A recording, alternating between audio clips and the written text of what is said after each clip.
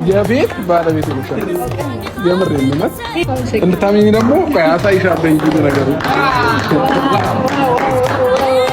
ሩታዬ ባለ አንድ መኝታ ቤት ባለቤት ሆነሻል። በስምሽ ሁሉ ነገር አልቆ ክፍያ ተጨርሶ ይሄው በወር ምናምን የሚከፈል ነገር የለም። ሙሉ በካሽ ነው የገዛሁልሽ። የሚገርም ቤት ወስዶ ማሳየት የሚጠበቅብኝ ማለት ነው። እንኳን ደስ አለሽ። እንኳን ደስ አለሽ።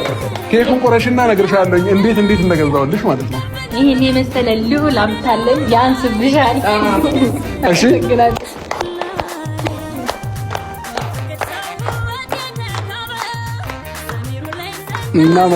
እናመሰግናለን። እንግዲህ ሩታ አላመነችም። ፍራንክም እያረኳት ስለመሰለ ያለውን ነገር እውነታውን ልንገራት። እንደምታስቢው ቤት ሲባል በጣም በውድ ነገር አይደለም የገዛሁልሽ። እሺ እሺ፣ ለማንኛውም ልንገርሽ፣ ከዚህ በፊት ለጋሽዬ ቤት ገዝቼለት ነበረ። የገዛሁለትም የነበረው ቴምር ሪል ስቴት ላይ ነበረ። ትዝ ካላችሁ ቪዲዮውን ወደኋላ መለስ ብላችሁ ማየት ትችላላችሁ። እና ለሱ የገዛሁለት የነበረው ቅድመ ክፍያ ብቻ ከፍዬ በየወሩ ነበር እየከፈልኩኝ ያለሁት። አሁንም አልጨረስኩኝም፣ ይቀረኛል። የጋሽዬንም በየወሩ እየከፈልኩለት ነው። እንግዲህ ለሩታ ግን እንደዛ እንዳያደክማት ብዬ ስላሰብኩ፣ ለሷም ለኔም እንዳያደክመኝ ብዬ ስላሰብኩ ሙሉ በካሽ ነው የተገዛው።